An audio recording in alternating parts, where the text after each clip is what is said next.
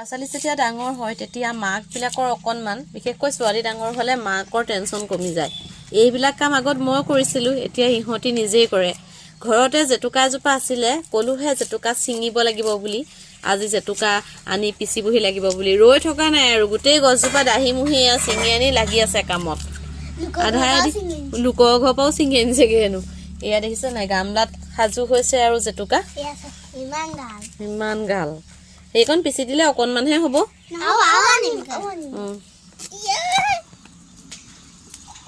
জেতুকাজোপা ইমান অকণমানি, তাৰে গোটেই ডালবোৰ ছিঙি আছে দেই এতিয়া। এয়া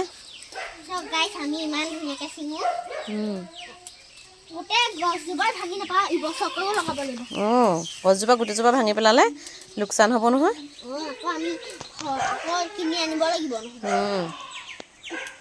এতিয়া সেই ডালবিলাক জেতুকা পাতবিলাক আঁতৰাই ডালবিলাক ৰুই ৰুই থৈ দিব লাগিব। সেই দাইদাহঁতৰ ফালে কোমল মাটি আছে যে, সেইফালে ৰুই দিব লাগে।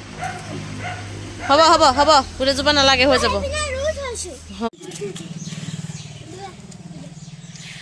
গাইজ দেখিছে নাই, এইকেইজনীয়ে মোৰ ভাগৰ শাৰীবোৰ কি অৱস্থা কৰিছে।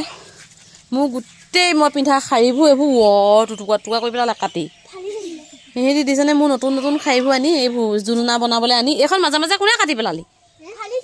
ফালি থাকিলে কথা ক'বলৈ আহিছ?